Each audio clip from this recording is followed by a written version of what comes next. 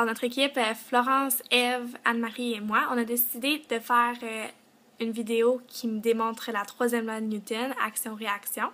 Donc, on était au ski, on a eu l'idée de faire Florence qui pousse avec ses skis pour voir qu'elle avance. Donc, on va vous montrer la vidéo maintenant.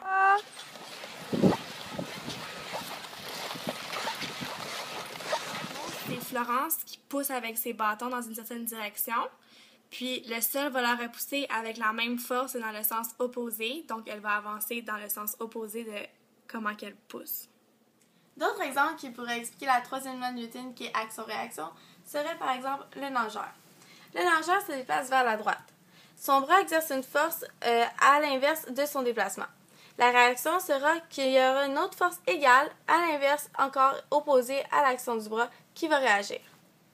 Un autre exemple serait par exemple le livre sur la table. Le livre, si on le place sur la table, exerce une force contre celle-ci. La table va donc exercer elle aussi une force contre le livre qui rendra les deux forces égales, encore une fois, et dans des directions opposées. Un autre exemple pourrait être l'aimant. L'aimant et le fer. On penserait que l'aimant attire le fer et que seulement le fer va se déplacer, mais c'est faux. Le fer est autant attiré vers l'aimant que l'aimant lève vers le fer. Ils vont donc s'attirer avec deux forces encore égales dans des sens opposés et on pourra conclure que dans chaque exemple de cette troisième loi, les forces seront en paire. Donc, elles agiront en paire. Alors ici, les deux filles appliquent une force égale mais opposée. C'est donc pourquoi elles restent stables et le système est équilibré.